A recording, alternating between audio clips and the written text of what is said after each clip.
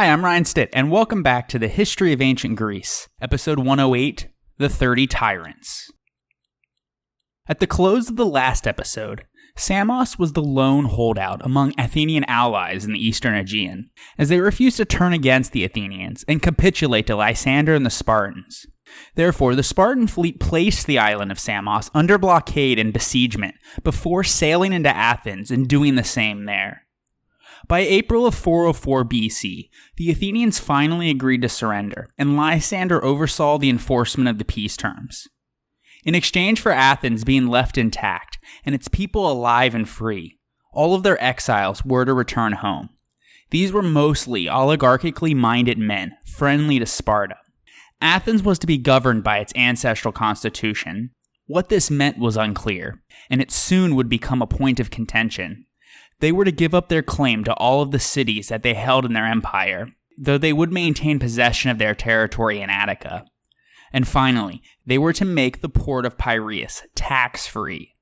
Defensively, they would agree to the destruction of their long walls and the fortifications around Piraeus. They would disband their army, and they would surrender all but a dozen ships. These were to be designated for commercial use only, and were probably the sacred ships, Paralis and Salamina, and the 10 ships dedicated to the 10 Attic tribes. Athens also would become Sparta's ally, and followed the Spartans as their leaders on land and sea, on whatever campaign they should order them to join, which in effect turned Athenian foreign policy over to Spartan control. According to Xenophon, Lysander decided to make a holiday of this historic event. He brought out flute girls, like the ones who perform at symposia, and Sparta's allies, covered with wreaths of flowers, danced and rejoiced as Athens' walls started to be torn down. At the same time, Aegis's army tore down their camp at Decelea, and then he dispersed his various detachments back to their own cities. Then, Lysander instructed the Athenians to finish the destruction of their long walls and the walls of Piraeus, while he returned to Samos, the lone holdout, in order to complete its besiegement and thus bring the entire Aegean under his control. When Lysander arrived, he prepared to make a final assault. Ultimately, though, the Samian Democrats in control of the city surrendered, as they likely received the news that the Athenians themselves had capitulated as well. In return for their surrender, they were allowed to depart safely from Samos, but with only one cloak, while all of their other possessions remained behind, and were handed over to the Spartan army. Lysander then turned control of the city and everything in it over to Samos's pro-oligarchic citizens, who had previously been exiled. He established a group of 10 magistrates to watch over it as a dekarchia, and he appointed a Spartan garrison to keep the peace, with Thorax as Harmost. Then, he dismissed the various naval contingents of Sparta's allies back to their individual cities, while he returned to Sparta with his Laconian ships, plus the triremes from Piraeus that the Athenians surrendered as part of the peace deal. He also brought with him the prows of all the ships that he had captured during his command, the garlands that he received as gifts for himself from the cities, around 470 talents of silver, which was the amount that remained from the money that Cyrus had given to him to prosecute the war, and all other booty that he had acquired in the course of the fighting. He gave all of these things to the Spartan people. Meanwhile, in the wake of Athens' surrender, many of those who had been sent into exile by the Athenian democracy, but were allowed to return thanks to Lysander, slowly began to make their way back to the city. Many of these were now bitter enemies of the Democrats, and they were hard at work in the months after the treaty. According to Lysias, in his Against Agaratus, the boule at that time had an oligarchic bias, and a man named Agaratus often spoke out against prominent Democrats. Ultimately, 5 overseers were appointed by the members of the oligarchic social clubs to plan the transition to an oligarchy. And in cahoots with the tribal commanders, or philarchoi, they often intimidated citizens with their pro-oligarchy agenda before meetings of the ecclesia. The overseer's main leader was Critias. He had a noble lineage, as his great-grandfather was an intimate friend of Solon, and he himself was the first cousin of Plato. Critias was a brilliant intellectual and an avowed atheist, who had been trained by the great rhetorician and sophist Gorgias. At one point, he was in the inner circle of Socrates, along with his cousin Plato, Xenophon, and various other bright young Athenian men of the upper classes. However, at some point, Socrates and Critias had a falling out, because Critias was said to have been very greedy, something that Socrates did not approve of. Critias also was noted in his day for his tragedies, elegies, and prose compositions, though only fragments of his works have come down to us. He was a longtime admirer of the Spartan constitution, and by this point had turned very sharply against democracy as a result of his exile for being a member of the 400. So now that he was back from his banishment, he returned with a vengeance. Many other people also were not very friendly to democracy, because democracy had just lost the war, and nobody could really understand how that had happened, given the great power of Athens. So they came to believe that it must have been because of the idiotic decisions made by the democracy. And so, since Sparta won the war, it was easy for them to believe that the characteristics that the Spartan city-state had must be the best ones, because they did the most critical thing that a city-state could do, which was to win in competitions, in the form of warfare. And so Critias had in mind to replace the democracy with a very narrow oligarchy, similar to the Spartan Garcia. He wished to limit participation in the government of any kind and citizenship rights to only 3,000 out of the entire Athenian adult male population. That was something like 21,000 at this time. That's also about how many total Spartiates there were at the end of the war. Another thing Critias wished to do was to drive out from the city of Athens into the lands of Attica all those who were not part of the 3,000, similar to what Sparta had done with the Perioikoi. All of this was probably not an accident, but a conscious effort to model the future Athenian state upon the Spartans. However, since Athens had been a democracy for over 100 years, it was not going to be easy to impose a too narrow and too oligarchical regime, and Critias would be opposed in this endeavor by Theramenes. Although Theramenes was sympathetic to Sparta and willing to sacrifice democratic principles when necessary, he was not a committed oligarch. At the same time, as we have seen, Theramenes was an Athenian general who flourished during the democracy, but was very clearly not an old-fashioned democrat either, since he had taken part in bringing about the oligarchic revolution of 400. His propensity for landing on his feet in any crisis has suggested to some that he was a flexible man who saw merit in a variety of regimes, meaning he was a moderate, whereas others have seen him as an unprincipled double dealer who would join the side of whoever was in charge. Whatever the case, he was not as narrow as Critias, and being a general himself, he believed that the criterion for participation in government was that they had to be a hoplite, meaning they had to have the wealth necessary to fight in the infantry for their city. At this time, it is believed that only around 9,000 of 21,000 Athenian adult males would have met this criterion. Therefore, he wanted to include 6,000 more in his government than Critias. As you would expect, during this time, there was a confrontation of different ideas and feelings in Athens, and there arose very hard divisions and very tense feelings between the different groups, as some were in favor of narrow oligarchies, others more moderate ones, and a few even wanted to keep their democracy intact. These various opinions percolated over April and May of 404 BC. Eventually, things came to a head in July when an Athenian oligarch named Dracontides proposed a motion in the ecclesia for 30 men to be selected in order to establish a constitution on the basis of their ancestral laws. Diodorus records that Theramenes and the majority of the people opposed this motion, so Lysander was summoned back to Athens to force the change of government. When he arrived in September of 404 BC, backed by Spartan troops, he called a meeting of the ecclesia, in which he essentially ordered the Athenians to ratify Dracontides' motion.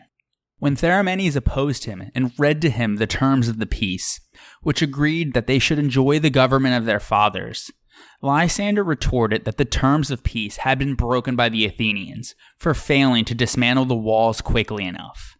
He also threatened to put Theramenes to death if he did not stop opposing his orders. Therefore, an intimidated Theramenes and the rest of the Athenian ecclesia, with a show of hands, were compelled to pass Dracontides' motion, thus ratifying a new government, known as the 30. They were elected as a government, not just as a legislative committee, but we lack any details about their power structure.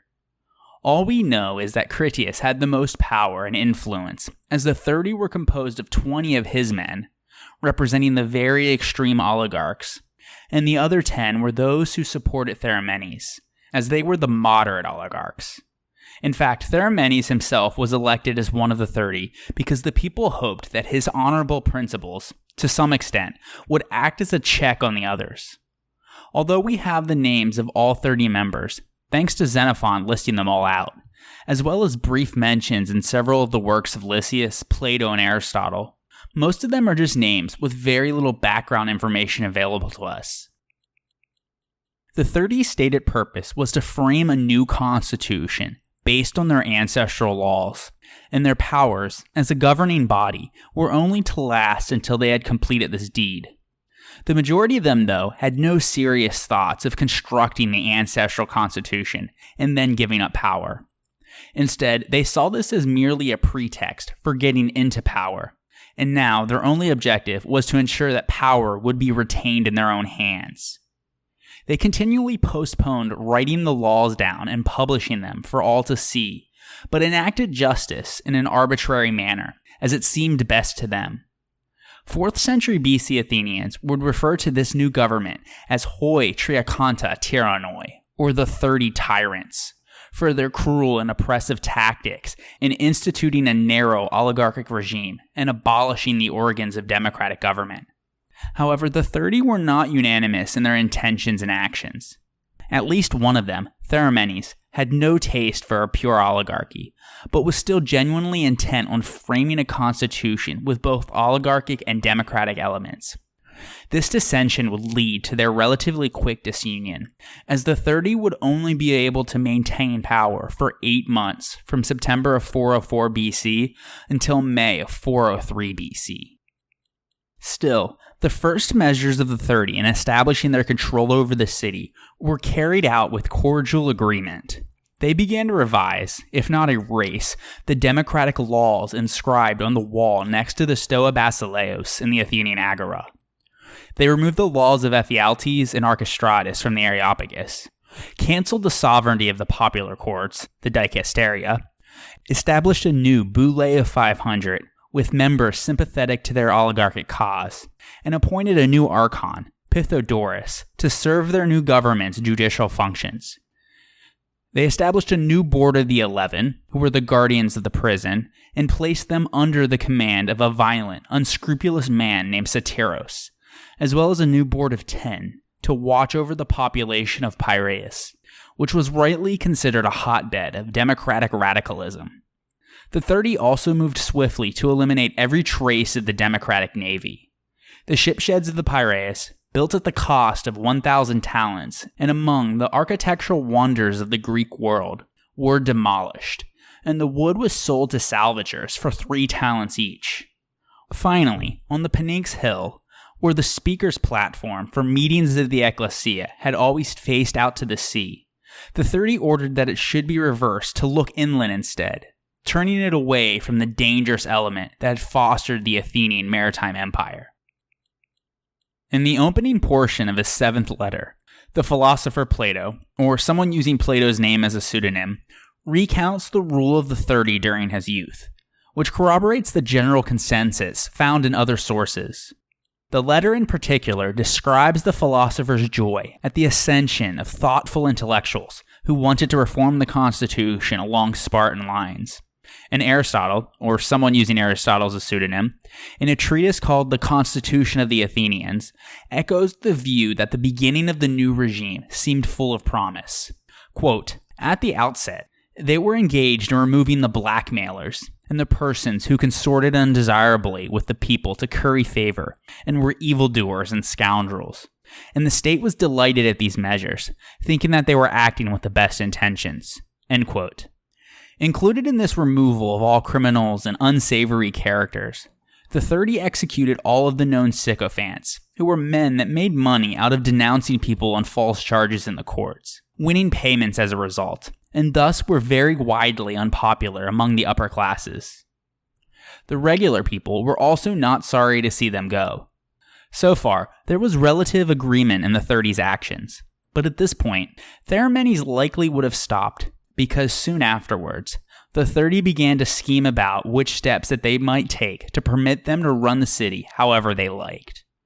They first sent 2 of the 30, Aeschines and Aristoteles, to Sparta to request that Lysander send them a garrison, which they argued was necessary to help them establish a form of government that would best serve his interests. He agreed and arranged for 700 troops to be sent back with them. When they arrived in Athens, the Spartan soldiers were installed atop the Acropolis. Their commander was the Harmost, Polybius, and the 30 fawned over him in every way and won his loyalty with bribes so that he would not oppose any of the steps that they wished to take. With Spartan soldiers backing them, they now began to preside over a reign of terror, in which they not only arrested the wrongdoers and criminals, but began to go after those that they believed could challenge their power. In doing so, they hired 300 whip-bearers to intimidate Athenian citizens into providing them information. On trumped-up charges of treason, they arrested and put to death, without trial, all those that they thought might possess sufficient initiative and wouldn't accept being pushed aside and kept out of public life, and also those who would be able to mobilize large numbers of citizens. In particular, they went after all of the known former leaders of the democracy, meaning those people who were their political opponents. But some of them managed to escape, such as Thrasybulus. In addition, this reign of terror included not only prominent Democrats, but also men of oligarchic views who were unfriendly to the injustice and illegality of the 30. One of the victims was Niceratus, the son of Nicias, who Diodorus says was first among all Athenians in reputation and wealth.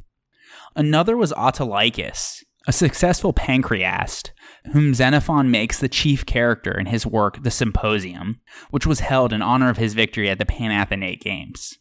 The scene of the symposium is the house of Callias, to which Autolycus and his father have been invited, together with Socrates and some of his friends and followers. According to Plutarch in his Life of Lysander, at one point, Autolycus had defeated the Spartan Harmost, Polybius, by tripping up his heels and throwing him to the ground. In response, Polybius hit Autolycus with a staff, after which he was scolded by Lysander, who told him that he didn't know how to govern free men. But the 30 soon after had Autolycus killed in order to appease Polybius' pride. Very quickly, the motives of fear and revenge devolved into an appetite for plunder, and some men were executed just because they were rich, while others fled, happy to escape with their lives. According to Aristotle, the 30, quote, kept their hands off none of the citizens, but put to death those of outstanding wealth or birth or reputation, intending to put that source of danger out of the way, and also desiring to plunder their estates. End quote. In total, the ancient sources estimated that around 1,500, or 5% of all Athenian citizens, might have been killed by the 30, a very large percentage of the population, in just 8 months' time. Critias evidently aimed to end democracy, regardless of the human cost. If history is any indicator, the violence and the brutality that the 30 carried out was probably a necessity in order to transition Athens from a democracy to an oligarchy, but it produced an unanticipated paradox. The more violent the 30's regime became, the more opposition that they faced. Although he was a member of the 30 and initially a supporter of Critias, Theramenes grew increasingly more troubled with the bloodbath that was happening under Critias' direction. Ultimately, it drove a wedge between him and the rest of his colleagues. Enough was enough, and during one meeting of the 30, he stood up and argued that it was unnecessary to execute men who had shown no sign of wishing the oligarchy harm, just because they had been popular under the democracy. Xenophon records him as saying, quote, "Even you and I have said and done many things in order to gain favor with the people." End quote. Critias, at that point, still continued to treat Theramenes as a friend and not an enemy, and so he replied that men who wanted more power for themselves could not avoid getting rid of those who were most able and willing to stop them. He retorted, quote, "If you think that because we are 30 and not one, that we can take less care to protect our rule rather than a tyranny, then you are a simpleton." End quote. The implication here is that the 30 must act like tyrants in order to protect their rule, because leniency would bring about their downfall and likely their own lives. Theramenes' protest here ultimately failed to slow the pace of the unjust executions, and many Athenians began to openly worry about what would become of their city-state, as so many were being put to death or fleeing the city. So in another meeting, Theramenes again spoke out with more force, warning that if an oligarchy was to govern by might, it must at least expand its base, and pointed out the contradiction of a minority in the state driving out people instead of bringing them in to make them stronger, thus guaranteeing that they will have more enemies than allies. Inevitably, the 30 had grown apprehensive about the possibility of a resistance movement, and they now came to suspect that such a movement might inevitably be spearheaded by Theramenes. So Critias, hoping to prevent this, agreed to broaden the oligarchy and issued a list of 3,000 men who he felt were suitable enough to be his associates in the new government. But Theramenes objected to this on the grounds that this number was far too small and too arbitrary, as it would leave a lot of good men outside this group. Still, without Theramenes' knowledge, Critias and his faction schemed to make their 3,000 a reality. The 30 arranged for a military review to be staged, after which the citizens were ordered to pile up their arms. Those 3,000 who were on the list were placed in the agora, while the other citizens who were not on the list were reviewed at different places throughout the city. With the help of the Spartan garrison, the 30 then confiscated all arms, except those belonging to the 3,000 in the agora, taking them to the Acropolis and depositing them in the Parthenon. These hand-selected individuals were the only Athenians who didn't have their rights removed, as they still maintained the right to carry weapons, to have a jury trial, and to reside within city limits. Although little is known about these 3,000 men, as a complete record was never documented, Xenophon says that the list of the selected 3,000 was consistently revised. In addition, 1,000 cavalrymen also served as the 30's personal militia. Some scholars have inferred that another of Socrates' former students, Xenophon, might have played an important part in the rule of the 30 here as one of the two commanders of their cavalry. Although there were always two, in his Hipparchus, or commander of the cavalry, and in his Hellenica, Xenophon only ever mentions one of the commanders, a man named Lysimachus, while never mentioning the other. So the belief is that Xenophon might have been the other cavalry commander, and he purposely failed to mention himself by name so as to avoid pointing out his connection with the 30. Whatever the case, this marked the beginning of even greater abuses, because according to Xenophon, the 30 now believed that they could act as tyrants without fear. They forbid those not on the list of the 3,000 from entering the city of Athens, and with almost all of their citizens now unarmed, the 30 began to put many men to death simply out of personal enmity or because of their wealth. In fact, in order to pay the wages of the Spartan garrison, Critias ordered each of the 30 to arrest and execute one medic and confiscate that man's property. As we discussed in episode 69, medics, or resident aliens, were particularly numerous in Athens, and a few of them were among the wealthiest people in the city. They just weren't citizens who had any political rights. Therefore, not all the victims of the 30 were citizens who could possibly have been conceived as political enemies, and many were just wealthy men whose property the 30 coveted. To these judicial murders and this organized system of plundering, Theramenes protested that this action was far worse than the worst excesses of the democracy, and refused to follow the order. Presumably, though, the other 29 men each executed a medic. One such example was the speechwriter Lysias and his brother Polemarchus, whose father had earlier moved his family from their native Syracuse at the invitation of Pericles. Since their family kept a lucrative manufacturing factory for shields, they both were arrested, and their family's valuables were plundered. The 30's goons even ripped out the golden earrings from the ears of Polemarchus' wife. While Lysias was able to escape from the house where he was confined and flee Athens, Polemarchus was not so lucky, and he was put to death. This was supposedly on the orders of Eratosthenes, one of the few among the 30 for whom we know a bit about, because he is the subject of a legal oration by Lysias, entitled Against Eratosthenes. We will discuss Lysias and this oration in more detail later. While many Athenians were executed or driven into banishment, others were required to assist in the arresting of their fellow citizens. If they refused, they would be considered accomplices and share in the punishments. In Plato's Apology, Socrates recounts an incident in which the 30 once summoned him and 4 others to the council chamber and commanded them to go and arrest a certain Leon of Salamis from his home for execution. According to Plato, this Leon was a man well known for his justice and upright character, and scholars have speculated that he may also be the renowned Athenian general who had evaded execution previously because he was trapped with Conon at Mytilene, while the other generals fought at Arginusae. Whatever the case, while the other 4 obeyed, Socrates refused, without hesitation, to do the bidding of the 30, saying that he would not do anything unjust or unholy. Therefore, while the other 4 went to Salamis and arrested Leon, who was later executed, Socrates simply went home. In another account, Xenophon in his Memorabilia reports a contentious confrontation between Socrates and the 30.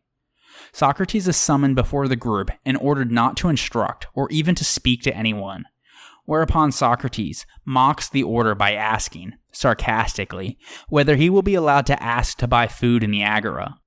Xenophon uses the episode to illustrate both Socrates' own critique of the slaughtering of Athenian citizens by the 30, as well as to make the case that the relationship between Critias and Socrates had significantly deteriorated by the time that Critias had obtained power.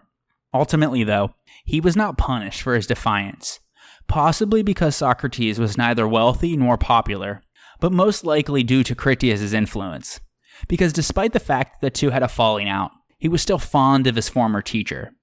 Since Critias had been a student, and the fact that Socrates remained in the city through this entire period, the public later would associate him with the 30, which may have contributed to his eventual death sentence.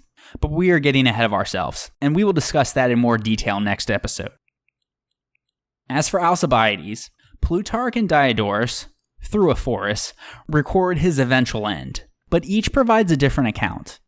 After the defeat of Athens, Alcibiades now feared retribution from the Spartans, so he crossed the Hellespont from Thrace and took refuge in Bithynia.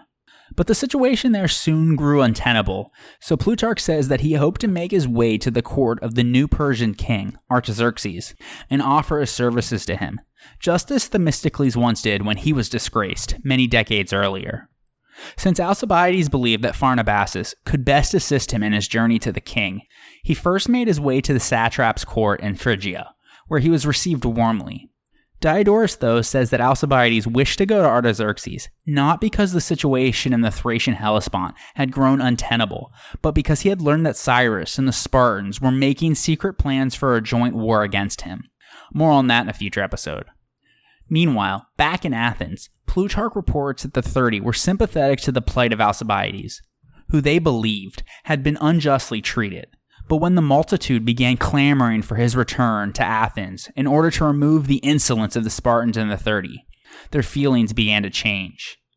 Finally, Critias made it clear to Lysander that Athens would not be disposed towards oligarchy so long as Alcibiades was alive. Lysander agreed, but he did not take any immediate action until he received orders from Sparta. But once he consulted with the Spartan authorities back home, they gave him permission to hunt down Alcibiades, likely because they were trying to gratify Agis, who still held an undying hatred for the rogue Athenian. Accordingly, Lysander sent to Pharnabazus and requested that he execute Alcibiades. Diodorus again reports something different, saying that Pharnabazus had learned why Alcibiades wished to go to Artaxerxes, and so he wished to murder him on his own accord before anyone else got the chance. He then commissioned his brother, Magius, and his uncle, Susamithros, to perform the deed.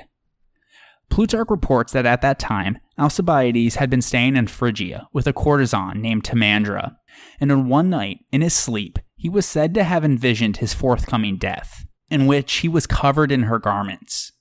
Meanwhile, the party sent to kill him surrounded the house and set it on fire.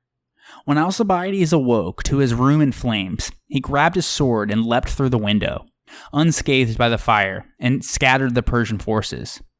But he was quickly cut down by their arrows. Unknowingly fulfilling his vision, Timandra took up his dead body, covered and wrapped him in her own garments, and gave him an honorable burial. Back in Athens, understandably, many were appalled and frightened by the actions of the 30. In fact, the majority of the boule had now come to share Theramenes' objections and grew to hate their new imposed form of government.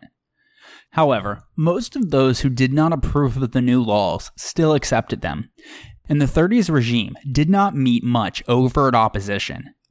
But a select few Athenians did band together and openly fought back by lodging public complaints. So the 30 began to go after them. They confiscated many of their farms and took over possession of their estates. This created a dangerous body of exiles. Some fled to Piraeus, though the 30 evicted many from there too.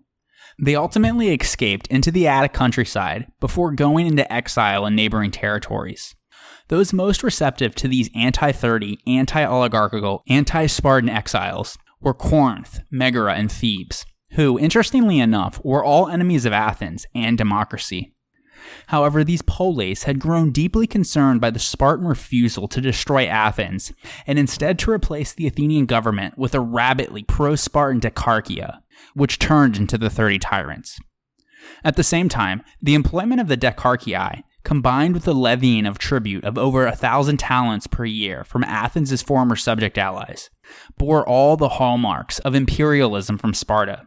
Also, they all shared in the fighting during that long war, but they did not share equally in the booty that was taken at its conclusion. Therefore, they were both angry at the Spartans and fearful that Sparta would one day become a menace to their own autonomy. And so, on account of their grievances, they began to resist Sparta and accepted this small number of Athenians. The Spartans, knowing about this, sent out an order saying that no state should give any home to these exiles, and that they should be returned to the 30 immediately, under the threat of a fine of 5 talents. The city-states of Corinth, Megara, Elea, and Argos all defied this order. But the Thebans took it a step further and voted that if any Boeotian should see anyone carrying arms against the tyrants, they should let them pass unnoticed and unmentioned, and that if they witnessed an Athenian exile being led off and didn't give them help, they themselves would be subjected to a heavy fine. The most important of the leaders of this group of Athenian exiles was Thrasybulus, who had been an admiral during the latter part of the Peloponnesian War and was present at all of Athens' great victories, but not at their final defeat. He was one of the first to oppose the 30 and had been exiled to Thebes shortly after their rise to power. There, he was welcomed and supported by the Theban leader Ismenias and his followers, and it was in Thebes that the Athenians under Thrasybulus mounted an attempt to retake the city back for the Democrats when he and another important politician by the name of Anytus began a counter-revolution. With only 70 men, they left Thebes and seized Phyle, a natural fortress atop Mount Parnus, which sat just across the Attic Boeotian border on the Athenian side. They built a fort there with strong stone walls in the hope that other discontented Athenians eventually would flee and join them in the resistance. However, most of those who showed up were not dissident former citizens, but medics that had been targets of the 30 because of their wealth. Others, like Lysias the orator, used their money to hire mercenary soldiers to fight for Thrasybulus' Democrats as well. By December of 404 BC, the 30 became worried enough about this nascent army to send a much bigger force of their own to get rid of them. So they dispatched their 3,000 hoplites and 1,000 cavalrymen. But in their initial attack, these men retreated when some were wounded. And so they next tried to wall off the Democratic stronghold in order to cut off its access routes, by which they obtained supplies, and then lay siege to the place.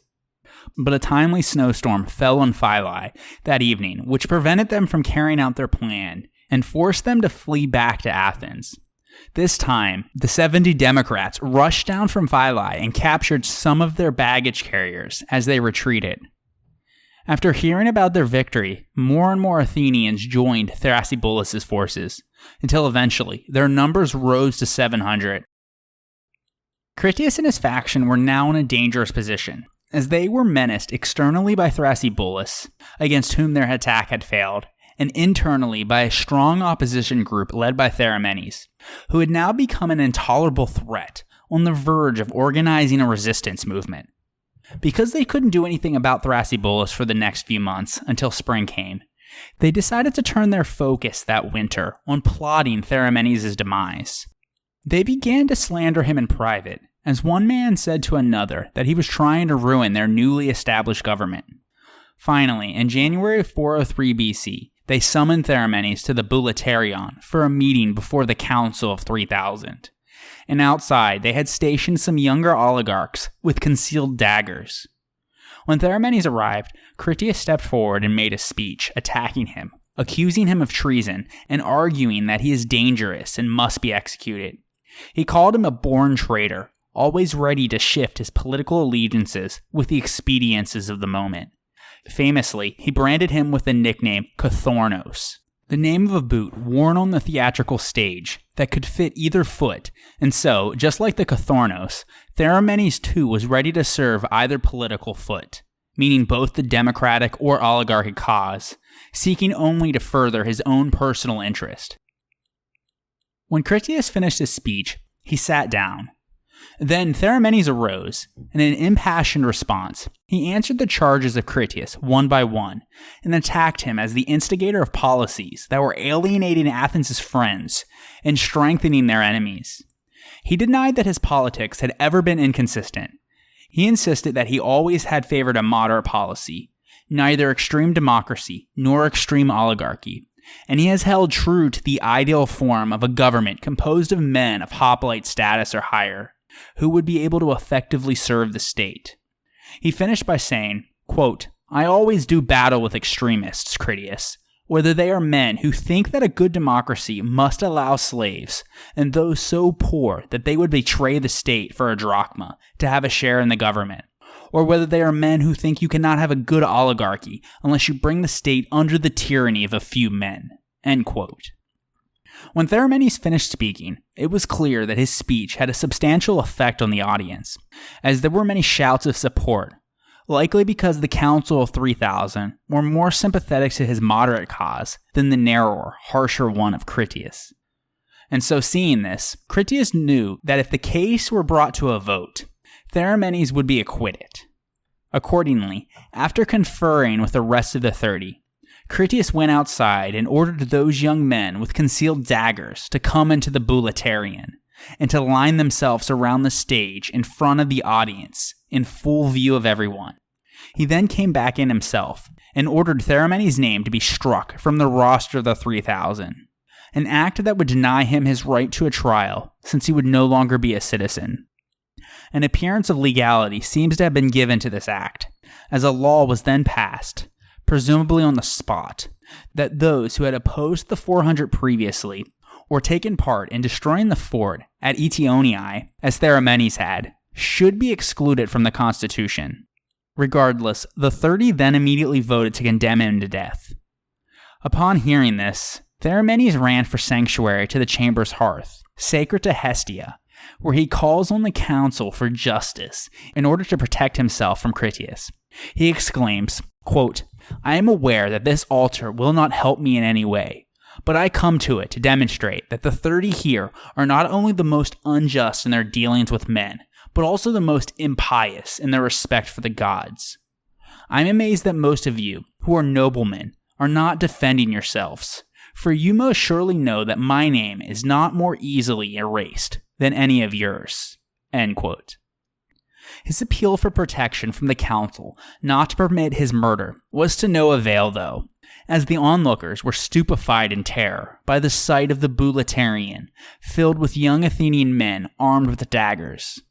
Also, by now, some of the Spartan soldiers from the garrison had made an appearance. According to Diodorus, only Socrates and 2 of his friends came forward for his protection, but Theramenes begged them to spare themselves. While he appreciated their friendship and bravery, he did not want to be the cause of their deaths. Since nobody else stepped forward to help, Socrates and his friends were forced to step aside. Meanwhile, the 30 had sent a herald to the 11, who were the officials responsible for the incarceration of condemned prisoners and for carrying out executions. When they arrived, they entered the Bouleuterion, led by their leader Satyros, and arrested Theramenes. As they dragged him away from the altar and through the agora, he called upon both gods and men to bear witness to the injustice that was being done to him.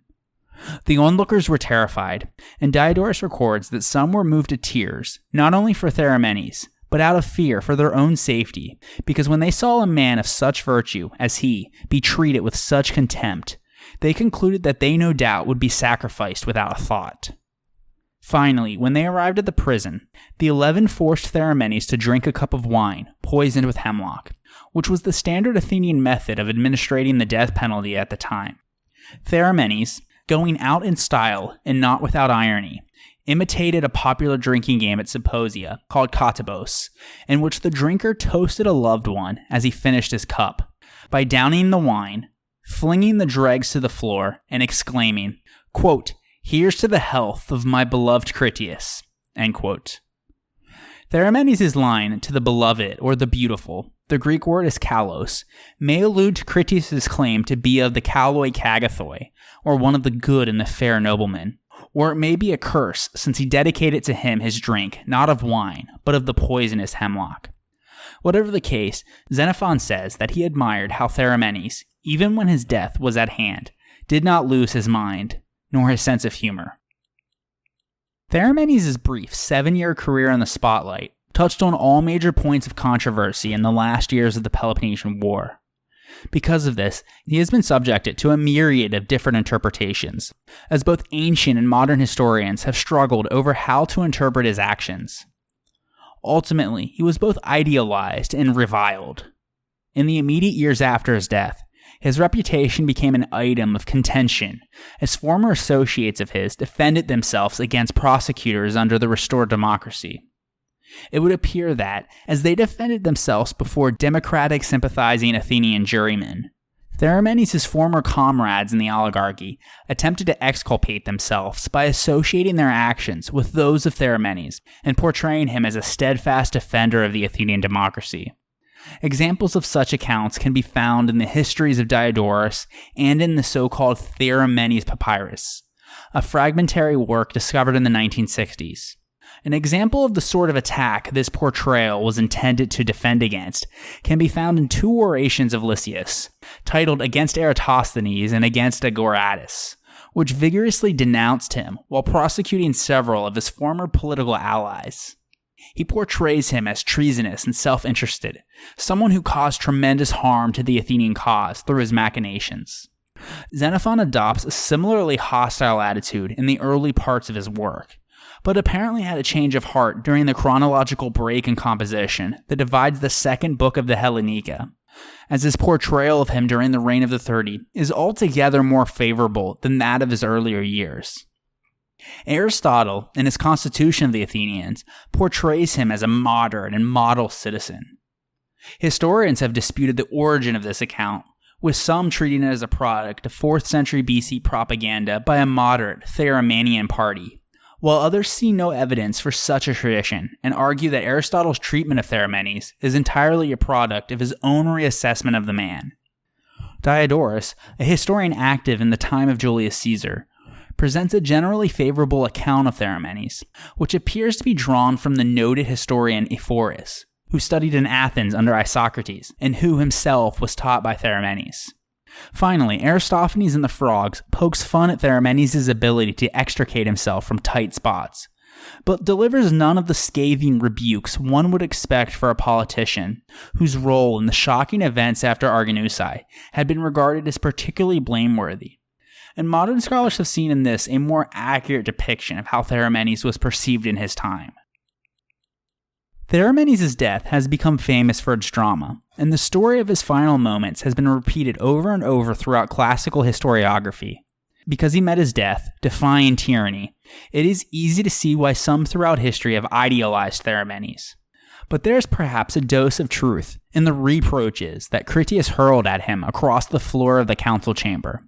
Still, although Theramenes may have been shifty and unscrupulous where means and methods were concerned, in his main objective, he was perfectly sincere. His entire career reveals him to be a patriot and a true moderate, sincerely committed to a constitution granting power to the hoplite class, whether in the form of a limited democracy or a broadly based oligarchy. The Constitution of the 5000 is seen as his political masterpiece, and he believed that this would unite the merits of both democracy and oligarchy and avoid their defects. But the very nature of this middle policy brought an appearance of insincerity and gave rise to suspicion, as it led him to oscillate between the democratic and oligarchical parties, with one foot in each as he sought to gain influence and support in both a view to the ultimate realization of his middle plan. And so, like many a person following a middle course, he was hated by both political extremes, as the Democrats suspected him as actually being an oligarch, and the oligarchs distrusted him as a democrat in disguise. With the death of Theramenes and the elimination of their biggest internal menace, the 30 then turned their attention to the external threat that was Thrasybulus. First, they sent ambassadors to him about the return of some prisoners, but Diodorus reports that their true intention was to advise him to dissolve his band of exiled followers and to take Theramenes' place as one of the 30. They further promised that if he did as they commanded, he could restore any 10 exiles that he chose. He replied that he preferred to be an exile rather than join them, and that he would not end the war until all citizens, not just he, could return and the people got back their democratic government.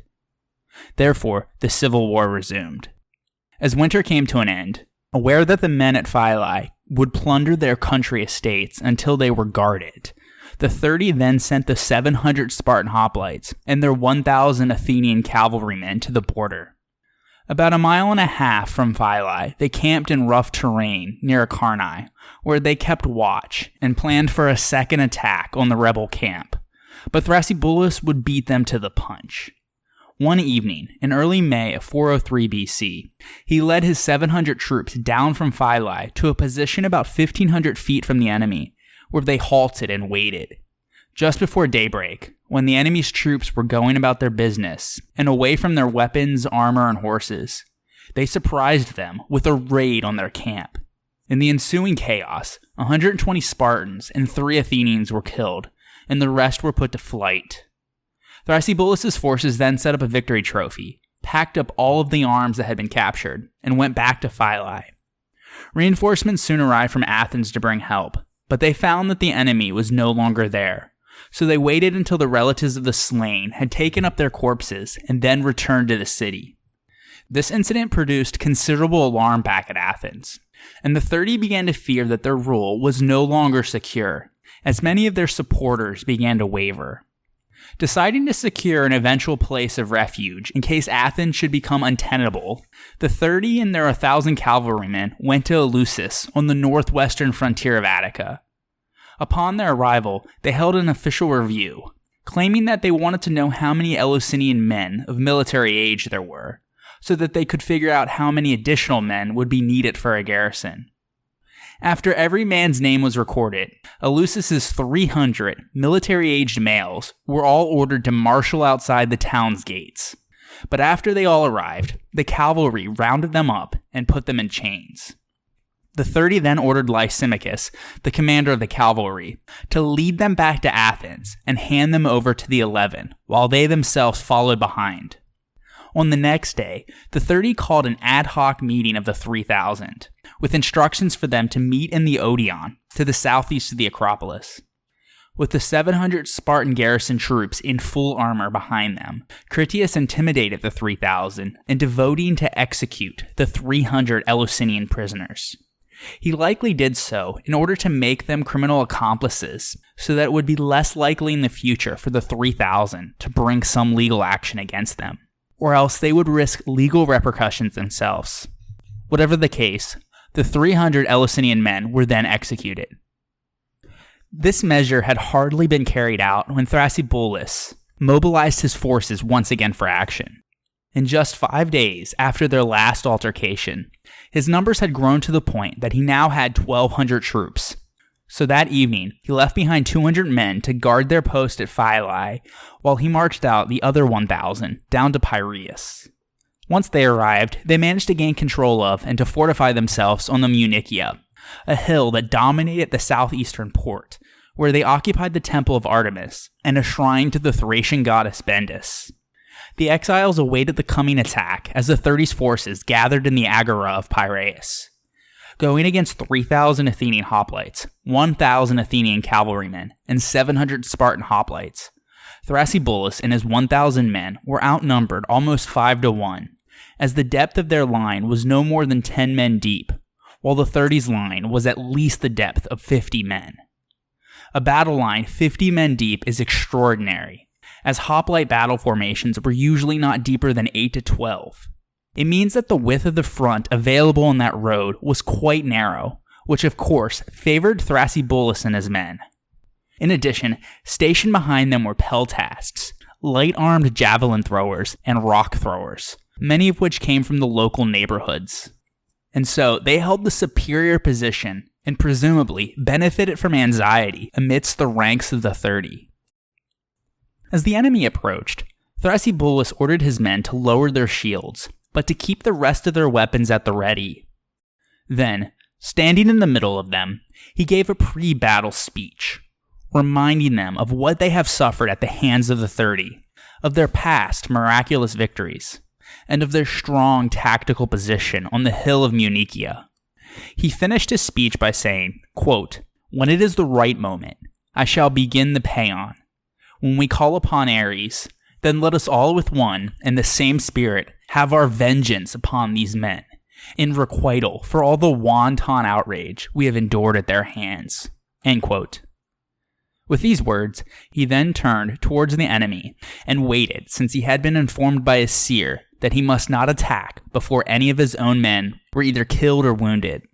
In fact, he was not wrong, because the seer also took up arms beside Thrasybulus, and when the 30 and their forces attempted to dislodge them in an uphill charge, he leapt out in front, attacked them, and was killed. At the sight of this, Thrasybulus ordered for a shower of javelins and darts to descend upon the enemy's heads, as he and his hoplites ran downhill to meet them. In the end, the 30's forces were defeated in the so-called Battle of Munichia, with 70 total Athenian casualties, including Critias, Hippomachus, and Charmides. Allegedly, Critias' funeral monument depicted the oligarchy setting fire to democracy and had an inscription referring to the hubris of the accursed Demos. Xenophon then mentions that the victors did not strip the dead corpses, and he makes no mention of them raising a trophy in honor of their victory either. This is a significant indication of fraternal feeling here, as they were Athenians fighting other Athenians for the most part. During the truce, which was then granted for taking up the dead, the citizens on either side held some conversation with one another, until finally, Cleocritus, the herald of the Eleusinian Mystae, who was impressive for his beautiful and loud voice, yelled out for silence and addressed the adherents of the 30 in a moving speech, emphasizing the common experiences of them all as Athenian citizens. He bellowed out, quote, "Fellow citizens, why do you seek to kill us? Why do you force us into exile? Us, who never did you wrong. We have shared in the same religious rites and festivals. We have been your school fellows and choir fellows. We have fought with you by land and by sea for freedom. We adjure you, by our common gods, abandon the cause of the 30, monsters of impiety, who for their own gains have slain in 8 months more Athenians than the Peloponnesians slew in the War of 10 years. Believe that we have shed as many tears as you for those who have now fallen." End quote. He finished by imploring the other side to see the guilt and shamelessness of the 30. This appeal produced such an effect upon the half-hearted soldiers of the 30, who had now lost their leader Critias, that the remaining men marched back behind the city's walls. In Athens itself, in the wake of the battle, there arose dissension and discord among the 3,000. Some were fearful of retribution for some violent act that they had committed now that the Democrats were in a position to retake the city, while others no longer wished to follow the 30 and to allow them to continue to destroy the city. Being fully aware of this atmosphere in Athens, on the next day, the remaining members of the 30, who were very much humiliated and isolated, met with the 500 in the Bouleuterion. The general sentiment in this meeting was that the government of the 30 could no longer be maintained, and if the oligarchy was to be rescued, a new government must be installed to replace it. A general meeting of the 3,000 then was called, in which they voted to depose the 30 and to set up a new board of 10 in their place, with one member from each Athenian tribe. Only one member of the 30 was re-elected on this new body of 10, though, and the rest fled the city and took refuge in Eleusis. 3 factions were now contending for power in Attica. The 30, who held Eleusis, the Democrats with Thrasybulus, who held the Piraeus, and the 10, who held Athens. This new body of 10 represented the views of those who were genuinely devoted to oligarchy, but disapproved of the extreme policy of Critias and his followers. Still, some of them had been the most zealous in trying to prevent the return of the exiles. As a result, they cemented their own downfall by failing to come to terms with Thrasybulus, who was calling for peace and union between the two camps, but who every day was receiving reinforcements, both in men and in arms. Therefore, the civil war continued, and the 10 now found themselves following in the footsteps of Critias and his followers. According to Aristotle, out of fear that they too would be deposed, the 10 designed a plan to strike fear in their citizens by arresting Demaratus, one of the most eminent citizens, and executing him. This succeeded and gave them a firm hold on the government. Then, with the help of the cavalry commanders, they tried to calm the nerves of the city. At the same time, the cavalrymen slept in the Odeon with their horses and shields, and they patrolled the walls continuously in the evening, because those in the city now lived in constant fear that the men at Piraeus would come up and attack them. Furthermore, Thrasybulus had promised that those who joined their cause and fought alongside them would gain the right of isotelia, or equal taxation with that of citizens.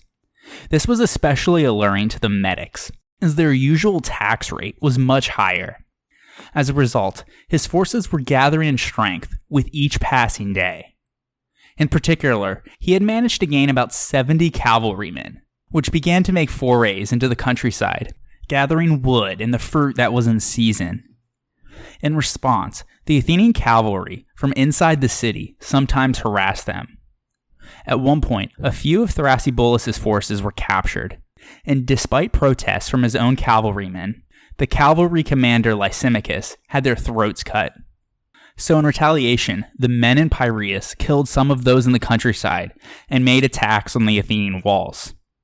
They then made preparations to bring siege engines up along the Lycian Dromos, which was a track for horse racing that ran through the site of the Lycion that would have provided a pathway for the approach of siege machinery. Apparently, the engineer of this dromos in the city gave orders that oxen should be yoked together and large blocks of stone should be hauled in wagons and then deposited in the track so that each of the stones would prevent the enemy from bringing up the siege engines. Despite these countermeasures, it soon appeared that it would be impossible for the Athenian oligarchs to hold out against the Democrats in the Piraeus, so they sent an embassy to appeal to Sparta for help. At the same time, the remnants of the 30 at Eleusis sent a message on their own account for the same purpose.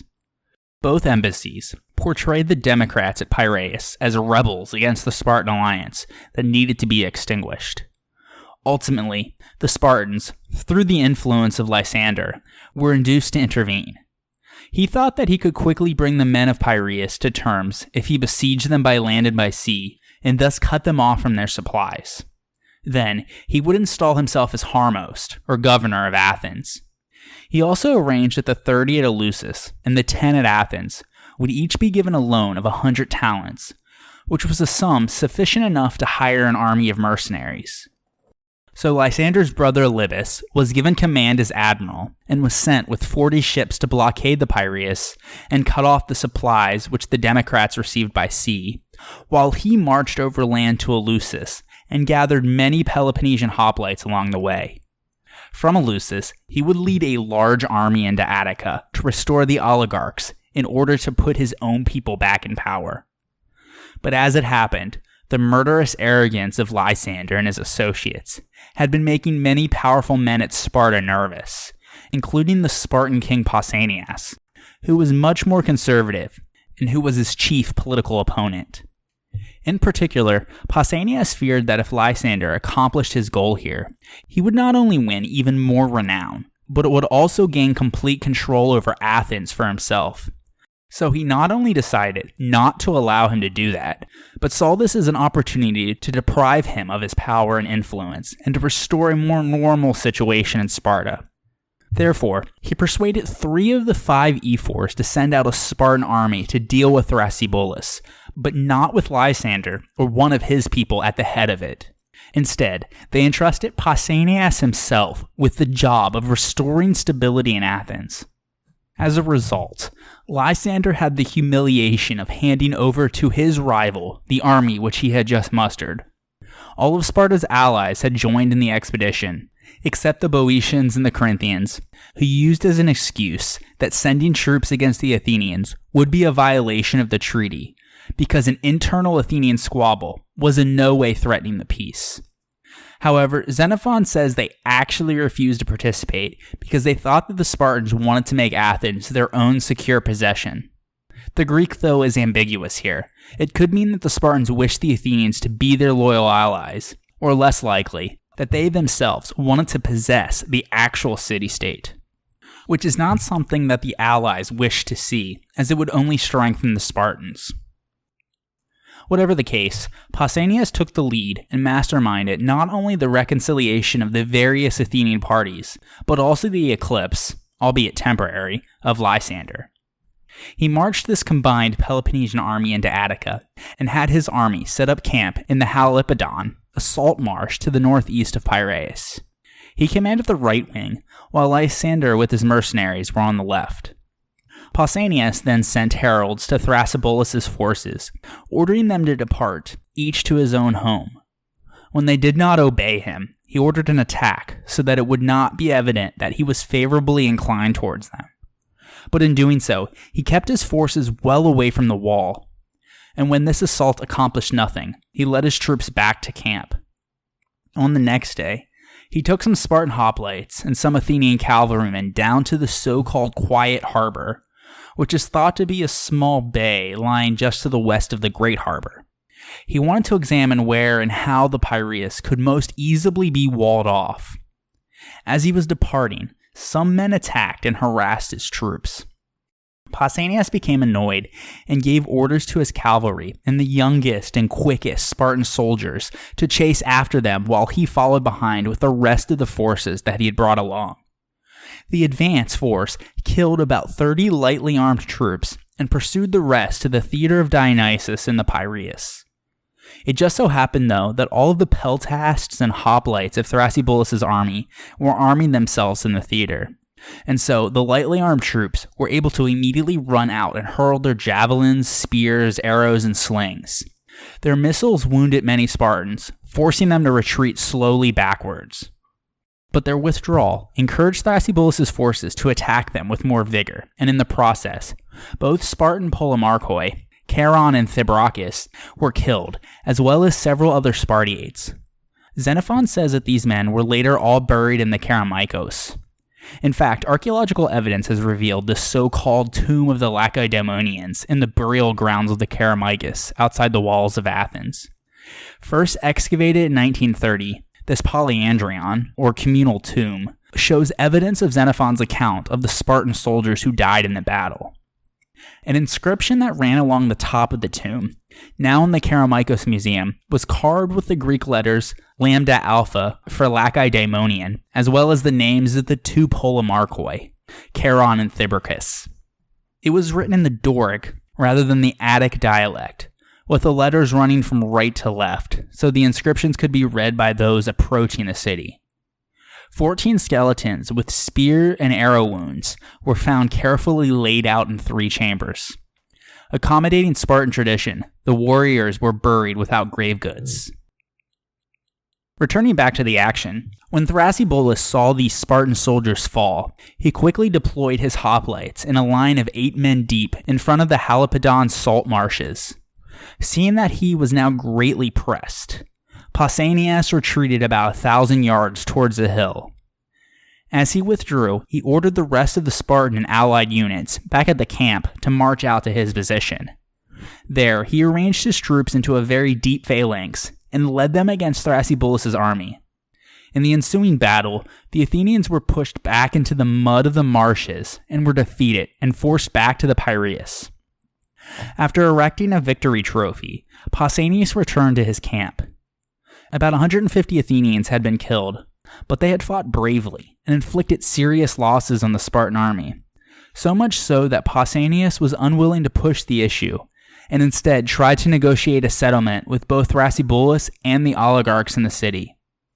To Thrasybulus, he sent a herald in secret, instructing him to send in return heralds to himself and the ephors who were with him, and even informing him of exactly what they should request. It is customary for two ephors to march out with the king when on a campaign, and the two present at the moment were delighted with Pausanias' plan, as they were much more inclined towards his thinking than that of Lysander. Because of this, they eagerly sent to Sparta representatives from the men in Piraeus and those in Athens. Both sides let it be known that they were willing to hand over their respective territories and their people for the Spartans to do with as they wished, a formula for unconditional surrender. When the other three ephors and the Spartan assembly heard their proposals, they sent a commission of 15 Spartans to work together with Pausanias and reconcile the two parties as they could. When they arrived, Pausanias deposed the 10, and a more moderate second group of 10 Athenians were chosen to join him and the 15 other Spartans in reaching a peace settlement. The two most prominent members of this 10 were Rhinon and Phyllis, who, even before the arrival of Pausanias, had been in discussion with Thrasybulus. As part of the agreement, both the men in the city and those in the Piraeus were allowed to return to their own homes, and each side was required to pay back all of the money that they had borrowed during the war. Most importantly, a general amnesty was agreed upon, the first such instance on the historical record. The Athenians decided that this was the best way to govern their liberated city-state and to reconcile the atrocities that had been committed by the 30. The amnesty declared that all were compelled to renounce all of their bitter grievances, and that the general public was protected legally from prosecution for the acts that they committed before the democratic government was restored, except in cases where they personally committed a murder. The only ones who could be brought to justice for their past crimes were those who were thought to be responsible for the nasty things that had happened in Athens, including the 30 tyrants themselves, the 10 that the 30 had put in charge of the Piraeus, the 11 prison magistrates appointed by the 30 who acted as their police force, and the 2 boards of 10 that had replaced the 30. But even then, these men were not necessarily executed. They were given 10 days to submit their accounts at their Thunae, which was the normal process in Athenian democracy when government officials accounted for the actions that they made during their terms. And if they cleared at these tribunals, they could take up their position as citizens in the restored Athenian democracy. In fact, according to Aristotle, during the Thunae of Rhinon and his colleagues on the second board of 10, due to their role in bringing about the end of the oligarchy, not one complaint was brought against them. They were all allowed to remain in the city, and Rhinon was immediately elected general. But not everyone involved was so lucky. Those who were not acquitted essentially lost their citizenship rights. They were allowed to leave Athens freely, without any harm, but had to return back to Eleusis. In addition, as part of the agreement, Eleusis was now recognized as a separate city-state, no longer just a deme of Athens. And like Athens, it too was bound to Sparta by an inferior alliance. Since the Eleusinians were now no longer Athenians, they also lost their privileges in the city of Athens. But the sanctuary of Demeter and Persephone at Eleusis would remain common ground for all, and under the influence of its 2 noble families, the Eumolpidae and Characes. Basically, those at Eleusis could not enter Athens, nor could the Athenians enter Eleusis, except for the time of the Mysteries, when both parties could step foot in each for religious celebrations. So in effect, it was a relatively moderate conclusion to what had been a bloody reign of terror. After this peace settlement was finalized, at some point in September of 403 BC, Pausanias led his army back to the Peloponnese, where he dismissed them to return to their homes. At the same time, Thrasybulus led his men, unopposed through Athens, up to the Acropolis, where they sacrificed their weapons to Athena and prayed for the salvation of the city and their own safe return. When they came down, an ad hoc meeting of the ecclesia was called. Thrasybulus immediately rose to speak, and although he scolded the oligarchs for their arrogance, he makes it known that there would be no more disorder as long as they reverted to the laws of old. It was then decreed, on the motion of a man named Tisamenos, that magistrates should be appointed to revise the constitution, and that in the meantime, the state should be administered according to the laws of Solon and the institutions of Draco. After the assembly was dismissed, the work of re-establishing democratic Athens officially began. Archon for that year was Euclides, but the credit for the success of the reconciliation should be given to his colleague, Archinus. Little is known about both men, but what we do know is that Archinus advocated for a moderate democratic policy and wielded substantial influence in the years following the restoration of democracy. It's also likely that both men were friends, or at the very least were political allies of Thrasybulus. Whatever the case, with Thrasybulus and Archinus in control, over the winter of 403-402 BC, oaths were sworn, the Athenians reinstated the democracy as it had been before, but without the benefit of an empire or a fleet this time, and they declared the new democratic government as the inauguration of a new era of harmony. We know from a fragment of a speech by Lysias that a man called Formicios proposed that citizenship should be restricted to landowners, but this was shot down. In fact, according to Aristotle, the exclusion of thetes from offices was no longer enforced, and Pericles' citizenship law, which was allowed to lapse during the war, was reaffirmed. Although the treaty required that each party pay back all that they had borrowed during the war, the ecclesia voted to repay the 30's debts to the Spartans in order to calm things as fast as possible and to achieve some sense of stability. They also kept close to the amnesty and did not prosecute people that they should not have. In fact, according to Socrates in his treatise Against Callimachus, Archinus introduced the procedure of paragraphe, under which a defendant could plead for a prosecution in breach of the amnesty to be disallowed. In doing so, the newly restored democracy behaved with remarkable moderation, which is why Aristotle goes out of his way to praise the successor regime. Furthermore, Aristotle says that when Thrasybulus requested Athenian citizenship for all those medics who had served in his army and had helped restore the democracy, at the urging of Archinus, the Athenian people voted no. Archinus even opposed the restoration of pay for civil service that had typified the golden days of the radical democracy. A more radical response here would have been to expand the citizenship roles and to give them pay, but he clearly was a man with moderate views. Furthermore, at another point, when a particular man violated the amnesty, Archinus brought him before the boule and persuaded them to execute the man without trial by telling them that now they would have to show whether they wished to preserve the democracy and abide by their oaths, because if they let this man escape, they would encourage others to imitate him. But if they executed him, they would make an example for all to learn from. And this was exactly what happened, because after this man had been put to death, no one ever again broke the amnesty. Proposals were also made that sought to deal with the challenge of the potentially disruptive minority who had supported oligarchy in the first place. In particular, one of the first steps that Archinus took in the early days of the restored democracy was to weaken the oligarchic exiles at Eleusis, though it's likely that he did this unintentionally. According to Aristotle, those who had fought on the side of the 30 had felt considerable apprehensions about whether the amnesty would hold, but they were also torn about leaving Athens for Eleusis. Naturally then, they waited until the last moment to decide whether to remain or to leave.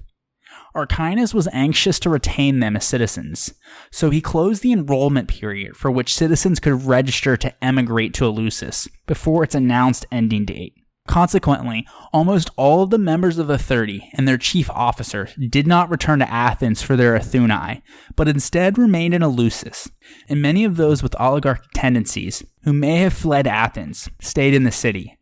However, we know from Lysias' law court speech, titled Against Eratosthenes, that at least 2 members of the 30, Phaedon and Eratosthenes himself, had not gone to Eleusis in the first place. Lysias is both the author and the speaker in the speech, which is considered to be among the most famous of his works. It is unclear whether this speech was delivered at Eratosthenes' Athuni at a separate homicide trial, or if it was even actually delivered at all. Regardless of when or in what form the speech took place, Lysias' argument consists of two distinct sections.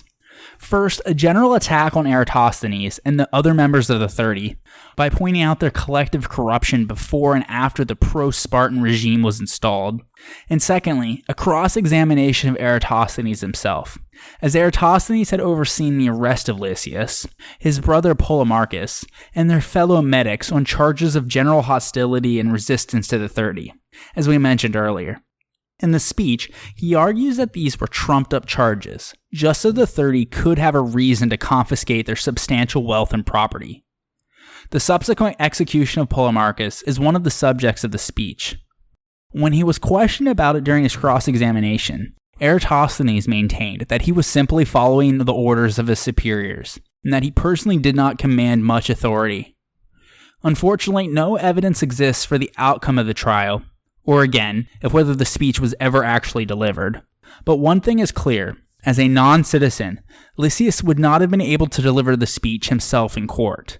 Therefore, some scholars believe that Lysias wrote the speech hypothetically and circulated it in a pamphlet just to voice his opinions on the matter, though it has been suggested that Lysias may have been granted citizenship by the democracy after the 30 were expelled, in which case he could have delivered his own speech in the court. In addition, Archinus is said to have encouraged the official adoption of a standardized alphabet. We discussed the early history of Greek alphabets way back in episode 9, but by the late 5th century BC, usage of the newer Ionic alphabet, side by side with Attic, had become commonplace in private writing, though official documents were still being written in the older Attic. And for some reason, in 403-402 BC, a formal decree was passed that public writing would switch to the 24-letter Ionic alphabet that we know today. It is believed that this decree was based on political considerations rather than artistic or language development.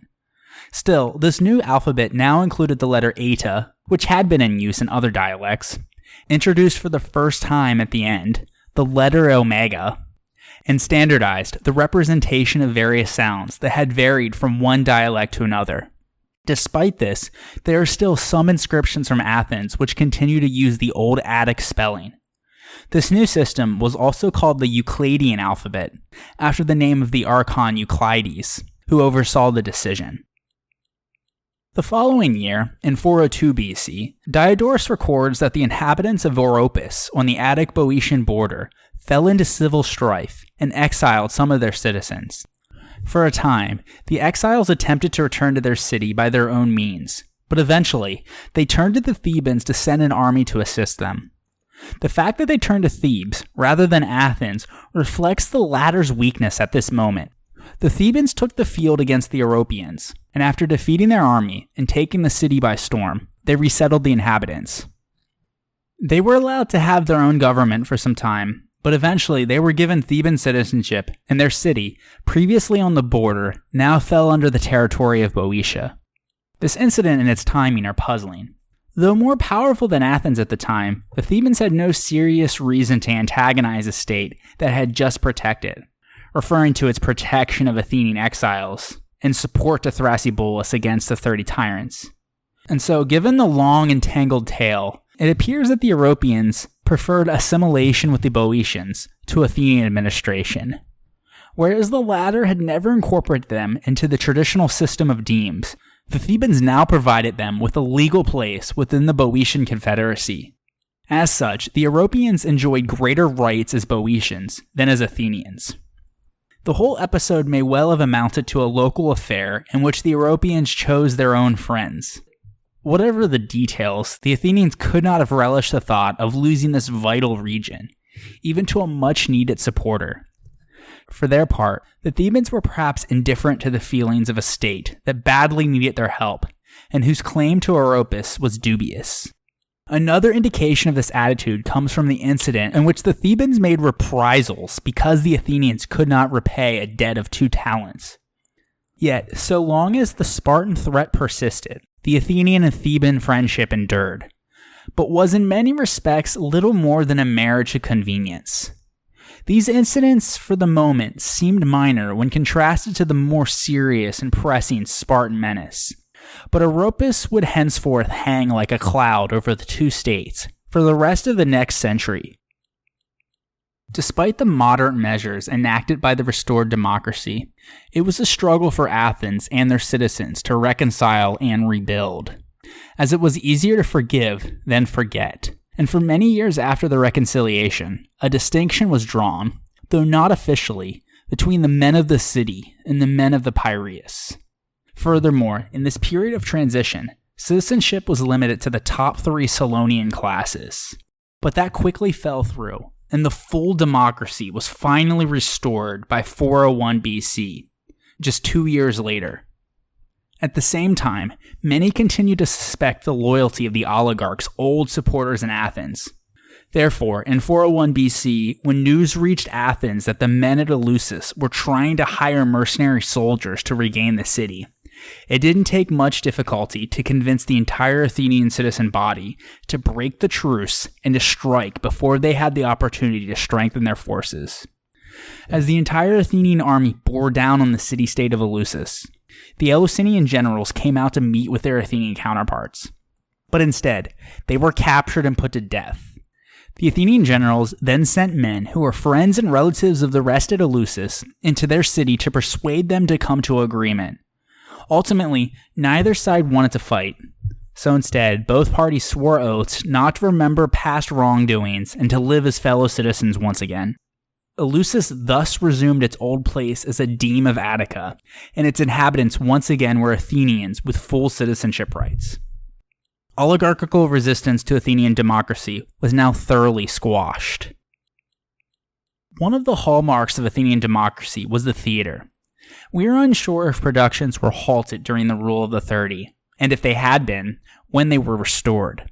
But we do know that in 401 BC, Sophocles' final play, Oedipus at Colonus, was staged posthumously by his grandson, who was also named Sophocles. We discussed this play in great detail in episode 51.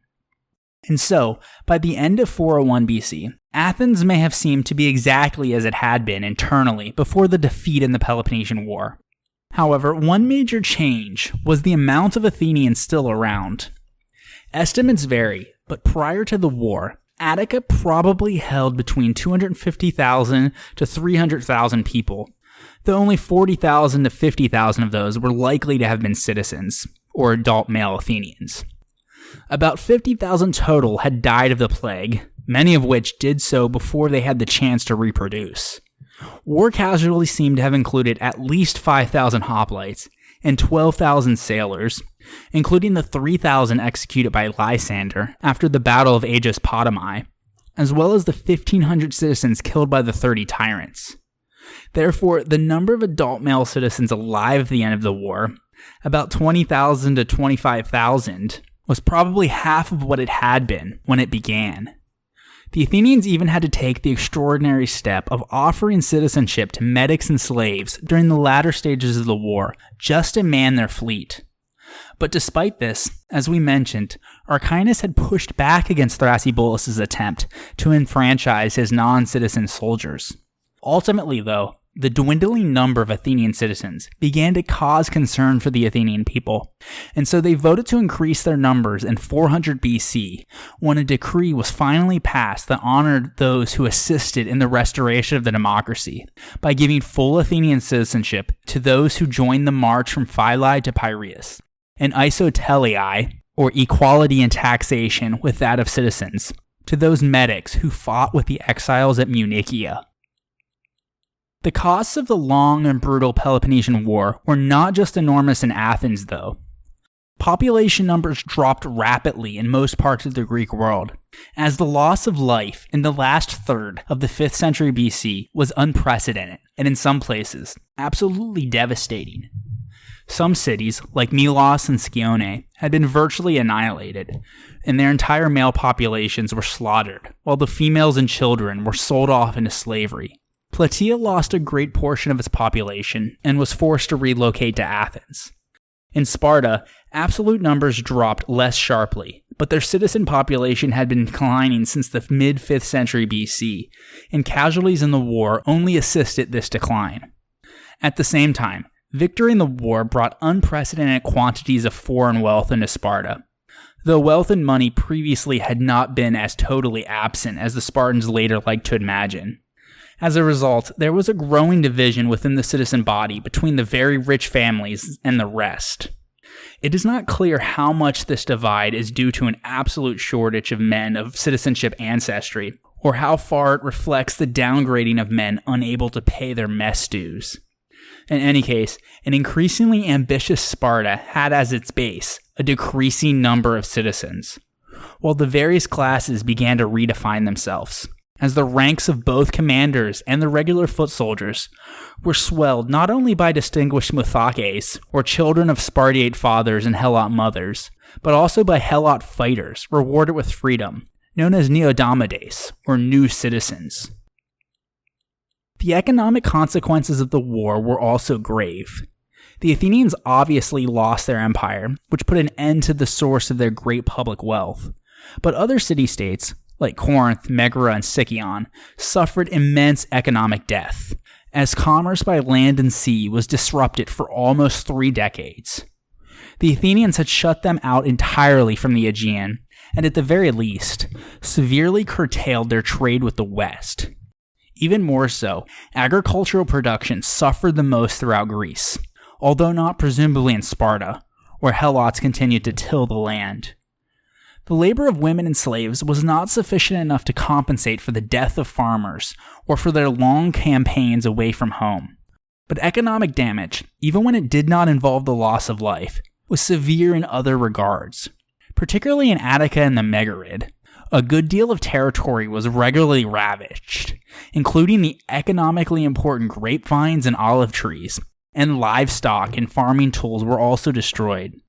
Vines took several years of nurture before they once again could produce a rich crop of grapes, and damage brought by the destruction of olive trees was even longer lasting, as newly planted trees generally took about 15 years to produce their first olives.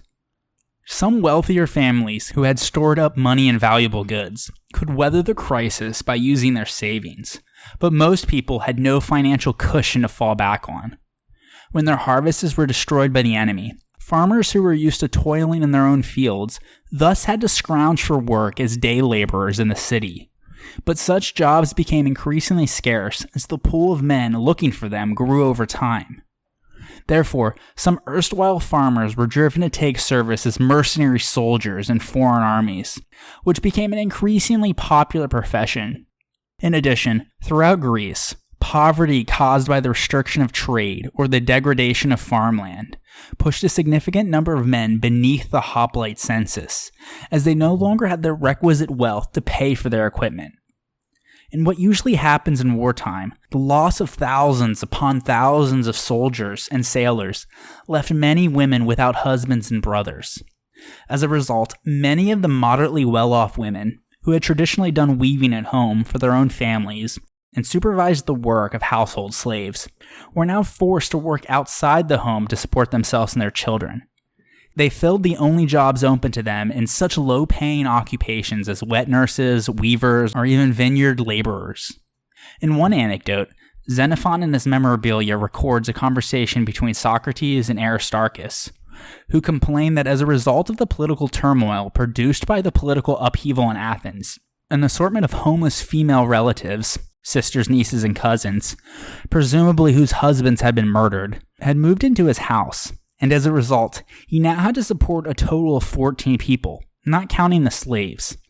Socrates suggested that these relatives be put to work making clothes, something they already knew quite well how to do, and that these could be sold for profit. Opportunities for paid work within one's own home like this must have been abnormal though, and no doubt were only due to the tumultuous times. This brought more women into public view, but it did not lead to a woman's movement in the modern sense, or to any inclusion of women in Athenian political life. For example, the orator Demosthenes, in his legal speech titled Against Eubulides, mentions this with great shame. Quote, "We do not live in the way we would like." End quote.